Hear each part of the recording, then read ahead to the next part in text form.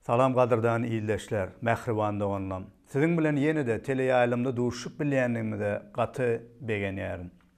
Siziň her biriňizde Rabbimiziň bereketlerini, dynçlygyny we şatlygyny, onuň ajaýyp wagdalaryna eýe bolmagyňyzy dilek edip, bugünkü gepleşigimizde başlaýaryn. Bu gepleşigimizde hem biz siziň bilen hoş habar öwrenmege dowam ederiz we bular arkaly İsa Mesih Rabbimiziň şöhratyny, ýagny onuň ähli adamlardan we peýgamberlerden aýratyndygyny we muny ol öz kämil we mukaddes durmuşyna, ajaýyp taglimatyna we görkeden hayran galdyrjy alamatdyr gudratlaryna bize suwud edendigini göreriz. Gepleşiklerimiz arkaly İsa'ny hakykatda tanap, anam bilen kabul eden iýleşlerimiziň bolsa, ajaýyp halaskar İsa Mesih arkaly günäleriniň bagyşlanmagyna, Hudaýyň cennet mekanyna eýe bolmak wadasyny etmegine we bu dünýäde hem durmuşlarynyň täzelenmegine eýe bolmagyny umyt edýärin. Eýem İsa Mesih'e Rabbi we halaskary hökmünde inanýan doganlarymyzyň bolsa, bu inamyna berkäp, hassa İsa Mesih'e ýakynlaşmak we onuň öwredenlerine ýaşap bereketlenmeklerini isleýärin. Bular bolsa biziň dogruluk ýoly atly gepleşigimiziň esasy maksadydyr. Eger hakykatdan hem biziň gepleşiklerimiz arkaly bu ýokardaky aýdanlanmada ýeten bolsaňyz we biziň gepleşiklerimiziň siziň durmuşyňyzda gowy taraplaýyn täsiri bolan bolsa, bular barada hem bize şu ekranda görýän e-mail adresi arkaly, Skype ýa-da beýleki bir habarlaşmak ýollary arkaly habar beriň diýip sizden haýyş edýärin. Gelin bu wagt İncilin Yahya bölümünden İsa Mesih barada hakykatlary öwrenmege dowam edelim. Bugünkü öwrenjeklerimiz İncilin Yahyanyň hoş habary bölüminiň 6-njy babynyň 1-nji aýadyndan 16-njy aýadyna çenlidir. Durmuşyňyzda ullakan bir märeke nahar berip gördüňizmi? Bir wagtlar owalarda toy bolsa, gyz çykarlýanyň ýa-da ogul öýlendirýäniň öýünne, köçede ýa-da ullakan howlularda bütün obanyň adamlaryny çagyryp toy berlerdi. Şol toylara başga goloýdaky owalaryň hem, uzakdaky owalaryň hem adamlar gelerdiler. Bir toya belki-de müňe goloý adam hem üýşüp bilerdi. Gaty köp naharlar, ullakan gazanlarda bişirlerdi we mihmanlara berlerdi. Şeýle gelen müňden gowrak adama iýmit ýetişdirmek üçin gaty köp pul gerek bolýar. Köp adamlar şeýle uly toy etmek üçin köp ýyllaryň dowamyna pul gaýra goýup toy märek üçin ýygnaýarlar. Ýa-da başgalardan karz almaly bolýarlar. Bilşimiz ýaly, şeýle köp adama iýmit bermek üçin köp wagtlaýyn taýýarlyk hem görülmeli we kän iş edilmeli bolýar. Bu wagt siz 5000-den gowrak erkeklerden we çağalardyr aýallar bilen bolsa, belki-de 10.000-den hem köp bolan halky bir ýerde gödüňine getirip görüň. Şol adamlara bir wagtyň özünde taýýarlyksyz, gaýnap duran ullakan gazanlarsyz ýa-da pulsuz we ýygnalan iýmitsiz olary naharlandyrmaly. Bu görýän suratyňyzdaky adamlar bir adam özüne bar bolan bir azadyk iýmit bilen doýurup bilermi? Muny berja etmek üçin gudrat gerek bolýar. Ýöneki insan bolan biri muny başarmaz. İsa Mesihiň şeýle uly halaýyga gudraty bilen iýmit berişi barada İncil bize habar berýär. Gelin bu arada okap öwrenelim. Şundan soň İsa Celile kölüniň beýleki tarapyna geçdi. Bu köle Tiberiya kölü hem diýilýärdi. İsa'nın gudratly alamatlar arkaly hassalary sagallandygyny gören uly mähelle onuň ýyzyna düşdi. İsa şägirdleri bilen beýik depä çykyp oturdy. Ýahudlaryň Pesah bayramy goloýlapdy. İsa Mesihiň gudratly alamatlary edendiginiň şaýatlygyny biz geçen gepleşiklerimizde hem öwrenip geçdik. Hakykatdan hem İsa Mesih müňlerçe hassalary gudraty bilen sagallypdy. Ine şonuň üçin hem müňlerçe halk ol nire gitse ýyzyna düşüp üýşüşýärdi. Bilşimiz ýaly öz üslegi bilen bir adamyň ýyzyndan yönü yere köp adam ermeye. Giden müňlerçe adamlar bir wajip bolan zady görmese, ýa-da olar üçin wajip bolan zady garaşmasa, bir adamyň ýanyna müňlerçe bolup üşüşmeye. Adamlaryň durmuşyndaky iň alada goýýan zatlarynyň biri hem hassalykdyr. Her bir adam hassalygyndan sagalmak üçin eline baryn edýär.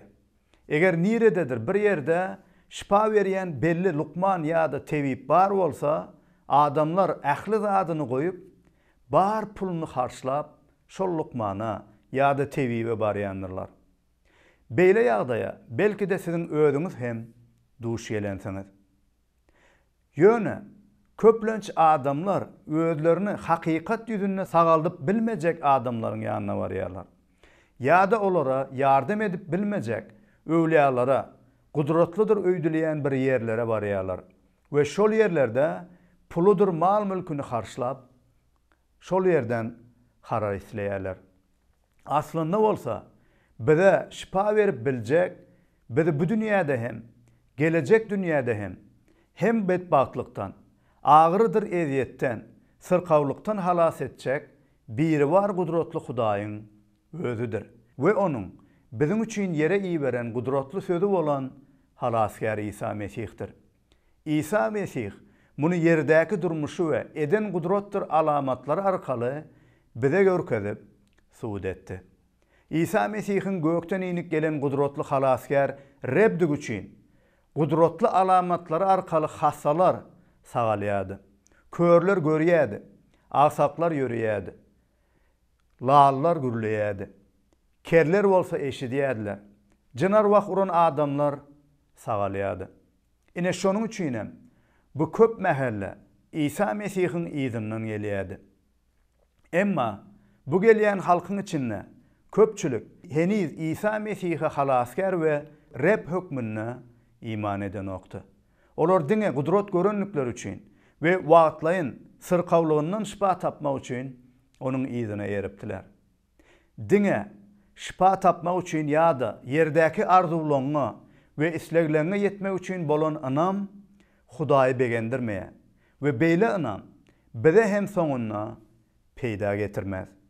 Çünki biz İsa Mesih'e diňe gudrat görmek üçin, şipa tapmak üçin ýa-da islemimizi berja etmek üçin däl, onu hakykatdan Hudaýyň ýazgylary arkaly Reb, ýagny durmuşymyzyň eýesi, dolandyrjysy, halaskary we çeşmesi hökmünde tanap, iman getirip, ona boyun bolmagymyz has wajypdyr. Şeýle anam Hudaýy razy edýär. Ýazga gaýdyk gelsek, soňra İsa bir belent depeliň üstüne çykyp oturdu we bu ýanyna guýulup gelýän mähelle seredip, olaryň iýmiti bolan mätäşligini gördü. We şähertleriniň biri Filipusa, bulara ýer ýaly çöregi nirden satyn alars, diýdi. Ol muny Filipusy synamak üçin sorapdy. Aslynda özüniň näme etjegini eýýän bilýärdi. Filipus ona, bir adamyň 8 aýlyk gazanjyny sarp etsek-de, bulan her birine bir döwüm çörek bermäge ýetmez diýip jogap berdi. İsa Mesih Rebbimiz biziň mätäşliklerimizi bilýär. Hatta biz ona aýtman kamyz, biziň durmuşymyzdaky bolýan zatlary bilýär. Bu ýerde hem heniz halk gelip İsa Mesih'e özünün açlığını aýtmanka, soramanka, ol olan aladasyny edipdi. İsa ulu mähelläni görüp olara haýpy geldi. Sebäbi olar çopansız goýunlar ýalydy. Bu wagt hem ölümden direlen, baqy bolan İsa Mesih biziň üçin alady diýär. Biziň hem rızkymyzy her gün berýär. Eger nämedir bir zada mätäç bolsak, ol muny bilýär we biziň üçin alady diýär. İsa Mesih şägirdi Filipusy haýran galdyran soragy berdi. Ve bu sorag arkaly Filipusyň anamyny synady. Şägirdleriň köpüsi İsa Mesih'in gudratlaryny, alamatlaryny, ajaýyp durmuşyny görseler-de we öwredýän ajaýyp taglimatlaryny eşitseler-de, onuň gökten inik gelen halaskar Mesihdigine we Hudaý bilen bir bolanlygyna bu wagt şübhelidiler. Ýöne İsa Mesih olar bilen sabırlydy. Olara özüni tanatmakta ve olaryň bulara düşünüp iman etmekleri üçin dowamly öwretmegini ve gudratlar görkezmegini dowam edýärdi. Ve ünsi özüniň aýratynlygyna, onuň şöhratyny görüp bilmeklerini isleýärdi. Şonuň üçin Filipusa bu soragy berip, onuň özüni inanmagyny we ýakynyn tanamagyna bolan ünsüni çekmek isläpdi. Filipusyň beren jogaby dogry jogapdy. Ýagny erkekler, aýallardyr çağalardan dolu bolan bu müňlerçe halka yeter ýaly iýmiti satyn almak üçin bir adamyň gazanan 8 aýlyk gazanjyny bütünleý iýmite sarp edeniňne hem munça adama bir döwüm çörek bermäge ýetmejekdi. Bu jogap arkaly Filipus bu giden mähelläni doyurmak mümkin dälligini İsa Mesih'e inandyrjak bolýardy. Şagird Filipusyň hasap hesipden başı çykýan biridigini onuň beren jogabyna görse bolýar. Ol şo wagda näçerek pulun gerek bolup biljekdigini hasaplaýardy. Bu wagt ol älim jahany gudratynda yaradanyň we bütün yer ýüzünde bar bolanyň hem mätäşligini doldurýan Hudaýyň özünün yere insan keşbine gelip İsa Mesih'ti yanında duranlygyna dolu düşünmänli. Bu sebäpden adam ölçegi bilen bu ýagdaýa çykalga gözleýärdi. Hakykatdanam adam ölçegi bilen bu mümkin näli. Ýöne Hudaý üçin hemme zat mümkindir. Munuň üçin gudrat gerekdir. Beýle gudraty bolsa, gökten gelen İsa Mesih edip biljekdi. Biziň hem köpüýmiz Filipusa meňneşlikde henüz İsa Mesih'i dolu tanamaýarys. Ýa-da tanasak da ona bil baglaman insan aklymyza, güýjümüze bil baglaýas we mätäşliklerimize bolan jogaby başga zatlardan gözleýäris. Netijede umytsızlyga uçraýas. Ýakynymyzda bolan we biziň üçin alady diýen Hudaýy unudyarys. Çykalgany insanlardan, adam tarapyndan döredilen dinlerden, yörelgelerden gözleýäs. Emma Rabbimiz İsa Mesih özüniň ozal başda gökde bolan gudraty güýçlüniň özüdigi üçin ol näme etjegini bu ýagdaýda hem bilýärdi.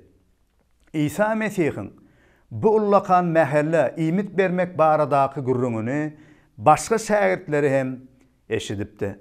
Ve olaryň arasyndan Simon Petrusyň dogany Andreas çykalga tapçak boldy. Ýazgy ine bu barada şeýle diýe. Şagirdlerden biri Simon Petrusyň dogany Andreas oňa: "Bu ýerde bir oglanyny 5 arpa çöregi bilen 2 balyk bar. Emma şeýle olu mähelle bular nämejik bolar?" diýdi. İsa Mesih'iň şagirdi Filipusdan tapawutlukda Andreas halka arasynda bir oglanjygyň özündäki iýmitini paýlaşjakdygyny we İsa Mesih'iň bulardan bir gudrat etjekdigine garaşýan ýalydy. Andreas İsa Mesih'iň bu giden 10 000 golay halka iýmit bermegiň aladasyny edýändigini eşidenne bir çykalga gözläpdi. Ve bir oglanjygyň öz 2 balygy we 5 sany arpa çöregi bilen paýlaşjakdygyny bilip, muny İsa Mesih'e ýetirmäge howlugypdy. Şu ýerde ýene bellek geçmeli zat bu aýatlarda aýdylan oglanjygyň el açyk bolmagy we özündäki bar bolan azajyk zadyny beýlekeler bilen paýlaşmagy bolan islegidir. Bu oglanjyk özünde azajyk bolsa da bar olan iýmitini İsa Mesih'iň ýanyna getirdi. İsa Mesih bolsa şol 2 balyk we 5 sany çörek bilen gudrat görkezip, olary köpellip, bütün halky doýurdy. Bu oglanyň eden ýagşylygy onu bütün dünýä tanatdy. Bu olan waka hoş habaryň 4 bölüminde hem ýazylyp, bu arada dünýäniň ähli ýerlerinde okulýar we öwrenilýär. Bu oglan keçijik bir zat etdi. Emma Reb İsa Mesih onun kiçicik zadından ullokan bir kudret emele getirdi. Şonun üçin Hudaý ediyen kiçicik zadymyzy bolsa, ondan ulu zatlar emele geler we olar arkaly Hudaý şöhratlanar. Belki sen hem menne kän bir zadym ýok, ýagny menne köp pulum ýok, ýa-da menne kän bir ruhy syýlygym ýok. Men Hudaý barada köp zat aýdyp bilemok. Ýazgylary öwreder ýaly men ökte mugallim hem däl. Men Hudaýyň şöhraty üçin hödürler ýaly hiç bir zadym ýok. Ýa-da adamlara ýardym eder ýaly menne yeterlik pul we emlek ýok. Haçanna pulum köp bolsa, onsoň ýardym ederim diýip pikir hem edýänleriniz bardyr. Emma Hudaý senden ýok zadyňy soranok. Eýem özüňde bar bolan, hatta azacık, kiçicik bolan zatlaryň bilen Hudaýa we adamlara hyzmat edip biljekdiň aýdy. Eger kalbymyzda muňa bolan isleg bolsa, onda Hudaý bizdäki bar bolan her bir zadymyzy öz şöhraty üçin we adamlaryň ýagşylygy üçin ulanar. Bu sebäpden sana garaşmak gerek däl. Bolşuň bilen özüňdäki bar bolan zatlaryň bilen onuň öňüne gelip, ona boyun bolup, bar durmuşyňy Hudaýyň şan şöhraty üçin we adamlaryň ýagşylygy üçin ulanmalysyň. Bu oglan, eger men özümdäki azacık iýmiti, ýagny 2 balyk we 5 çöregi başgalara bersem, özüme näme galar diýip aladalanyp, onu İsa'nın ýanyna getirmän hem bilerdi. Emma beýleden bolsa, Hudaýyň ajaýyp gudratynyň we ol arkaly dören şan şöhratynyň we ajaýyp taryhynyň bölegi hem bolup bilmezdi. Bizem Hudaýyň ajaýyp işleriniň, onuň şöhratynyň, onuň paçalygynyň giňelmeginiň bölegi bolmagy islese, diňe bir wagtlaryň zatlaryň däl, durmuşymyzda has beýik bolan baky zatlaryň bölegi bolmagy islesek, onda özümüzdäki bar zadymyz bilen Hudaýa gelmeliriz. Bu taryhda görüşümüz ýaly İsa Mesih bu oglanyň azacık goşandyny ret etmedi. Ýa-da oňa "Senki näme? Menne bulardan gaty köp zat ba" diýmedi. Tersine şol 2 balygy 5 çöregi alyp gudrat görkezdi. Ýazgy ine şeýle diýe: "İsa, halky oturduň" diýdi. Halk şol ýerdäki gök ýaýlada oturdy. Ol ýerde 5000 goloy erkek adam bardy. İsa çörekleri alyp şükür etdi de soňra olary oturanlara paýlady. Balyklary hem şeýletdi. Näçe esleseler olara paýlady. Adamlar doýýan çağlar ýydylar. İsa Mesih şähertlerine halka hyzmat etmek üçin halky gök ýaýlada oturtmagyny buyurdy. Soňra bolsa çörekleri we balyklary alyp şükür etdi de olary halka şähertleri arkaly paýlady. Şu ýerde men İsa çörekleri alyp şükür etdi diýen cümle ünsü çekesim meli. Rabbimiz İsa Mesih kämil ýaşaýyşyň we Hudaý bilen kämil gatnaşyň adamzat üçin ýermeli bolan misalydyr. İsa Mesih oglanyň İsa'nın ýanyna getiren 5 çöregi we 2 balygy üçin şükür etdi. Ve bu arkaly biziň hem her bir zadymyz üçin şükür etmeligimizi we Hudaýa minnettar bolmagymyzy öwredýär. Gadyrdan ýyleşim, mähruwan doganym, sen hem her bir bereketiň üçin, hatta durmuşuňyzdaky kiçijik ýa-da ujuýupsyz diýip hasaplayan zatlaryňyz üçin hem şükür edýäňizmi? Durmuşuňyzdaky ähli bereketleriň Hudaýdan gelen bereketdigini, sowgatdygyny, hatta alýan demimiňiň hem bütün ýaşaýyşymyzyň hem eýesiniň Hudaýdygyny bilýärmisin? Ve bu üçin Hudaýa övgüler we şükürler aýdýarmysyň? İsa Mesihiň elinde bolup, onuň gudraty bilen täsir edilen her bir zat adamlara ýagşylyk getirýär. İsa Mesih hiç bir insanyň şu wagta çenni etmedik gudratyny görkezdi. İsa Mesih çörekler we balyklar üçin şükür edip, olary adamlara paýlap başlady. Bu wagt 5 çörek we 2 balyk köpölüp ähli halka ýetdi. Reb İsa Mesih adamlara tä doýýan çalar näçe isleseler balyk we çörek berdi. Hudaý biziň çalajy doýmamyzy islemeýär. Onun bereketleri bizi dolu doýurýar. Hudaý biziň hemme taraplayyn bereketlenmemizi isleýär. Hudaý biziň diňe bir garnymyzy doýurup, maddi pul bereketlerini bermek bilen çäklenmän, pulun maddi zatlaryny gazanyp bilmejek zatlaryna da, ýagny kalbymyzda, ruhumyzda gerek bolan dynçlygy, şatlygy, batlylygy, dogrulygy, umytdan dolu bolmaklygy, sazlaşykly gatnaşyklary, söýgüden, ýagşylykdan, rehim şepagatdan, sabrdan dolu bolan, ýagny ruhun ajaýyp miwelerinden dolu bolan ýaşaýşy hem bize bermeyi isleýär. İsa Mesih başga bir ýerde şeýle diýipdi: "Emma men olara bolalyn ýaşaýyş bermek üçin geldim." Öwrenýän bölümimiziň dowamyna gaýdyk gelsek, olarda şeýle diýilýär: "Olar doýanlaryndan soň İsa şähertlerine galan gaçanlary ýygnaşdyryň" diýdi. "Hiç zat daýlanmasyn" diýdi. Şeýlelikde şähertleri ilen 5 arpa çörekden artan bölekleri ýygnap 12 sebedi doldurdular. Bu taýda görüşümüz ýaly İsa Mesih onun bereketlerinin, ýagny iýmitlerin galanlarynyň zaýlanmagyny islemedi. Eger adamlardan biri İslam wagtynda 5000 adamy doýurup biljek güýje gudrata eýe bolsa, bu galan guçan iýmitleri ýygnajak bolup adara galmazdy.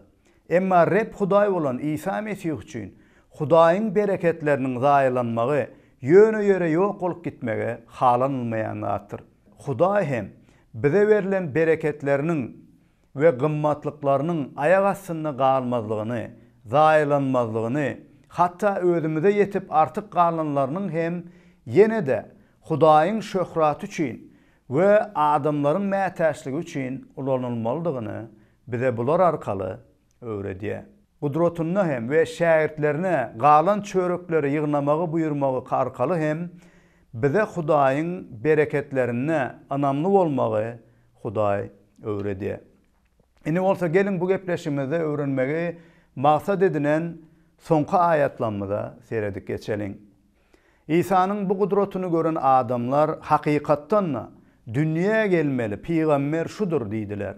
İsa olaryň özüni paça etmek üçin zor bilen tutjak bolýanlyklaryny bilen soň ýene-de ýeki özü dağa etdi. Çörekden we balykdan doýýança iýen halk İsa Mesihiň bu edenleriniň gudratdygyny tasdiklaýardylar. Olar İsa Mesihiň gudratyny gördüler. Emma heniz onun özlerine baqy ýaşaýyş berjek we janlaryny baqy dowzak odundan halas etmäge gelen halaskär Rebdigine welin inanmaýardylar. Olar Tövratda Hudaýyň beýik peýgamberlerinden biri bolan Musa peýgamber arkaly wa'da edilen aýratyn bir beýik peýgamberiň gelmeligine we onun Israil halkyny olary basyp alan imperiýalardan, paçalyklardan halas edip diňe yer ýüzünde olara paça boljak birine garaşýardylar. Emma İsa Mesihiň dünýäni günählerinden halas etjek, olary şeytanyň garankylyk imperiýasyndan azat etjek we olaryň kalbyna Hudaýyň baqy berkarar şalygyny emele getirip, olaryň yürekleriniň we durmuşynyň hemişelik paçasy we halaskäri Rebbi boljakdygyna welin inanmaýardylar.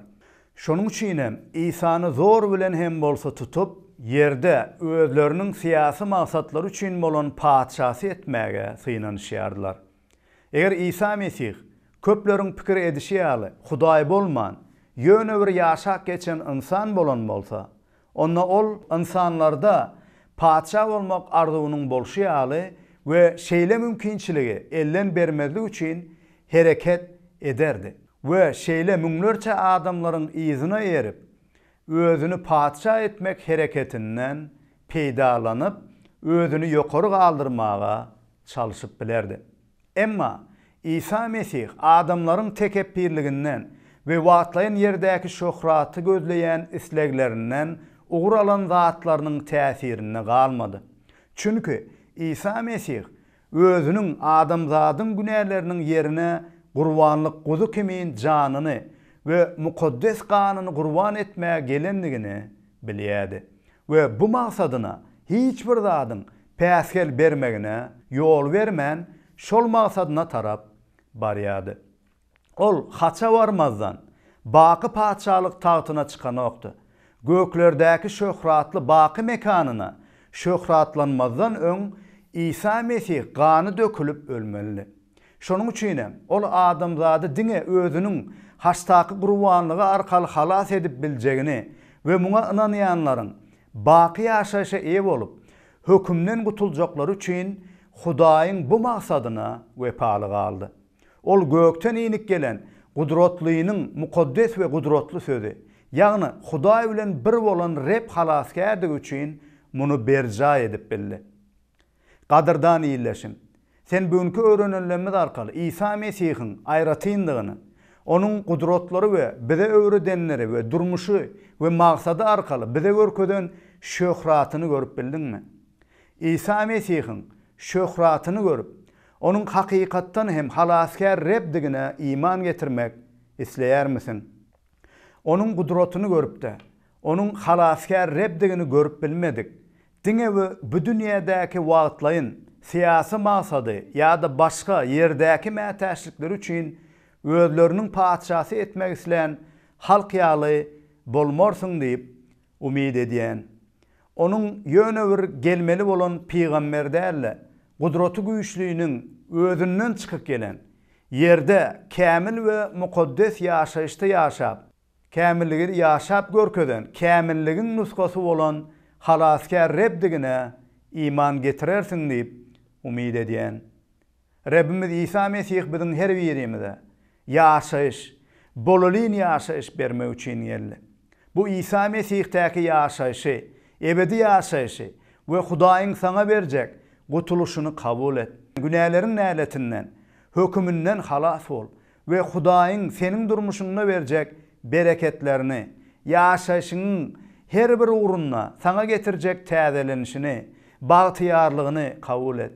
Eger bu seniň islegiň bolsa, onda bu wagt İsa Mesihiň ýanyna günäleriň üçin towba edip, onuň Reb halaskärdigine kalbyň bilen inanyp, diliň bilen bolsa oňa aýdyp, ikrar edip, oňa iman getir. Mähriban imanly doganlarym, bu öwrenin hakykatlamyz arkaly siz hem Rabbimiz baradaky imanyňyzy has berkäp ösensiňiz we Rabbimiziň her bir zatda wepalygyny, onuň biziň üçin edýän aladalaryny, onuň gudratlydygyny we bize beren her bir zat arkaly kiçi bolsun, ulu bolsun, oňa we onuň paçalygyna hyzmat etmegimize bolan çağırışyny düşünensiňiz diýip inanýaryn. Bu wagt bolsa Rabbimiziň bereketleri, ýagny durmuşyňyzyň her bir uğruna, onuň bolalyn ýaşaýyşynyň bolmagyny beýik gudraty güýçli biri bardan Rabbimiz İsa Mesihiň adyndan siziň baryňyza dilegler edip, siziň bilen hoşlaşýaryn. Hoş, sag bolun.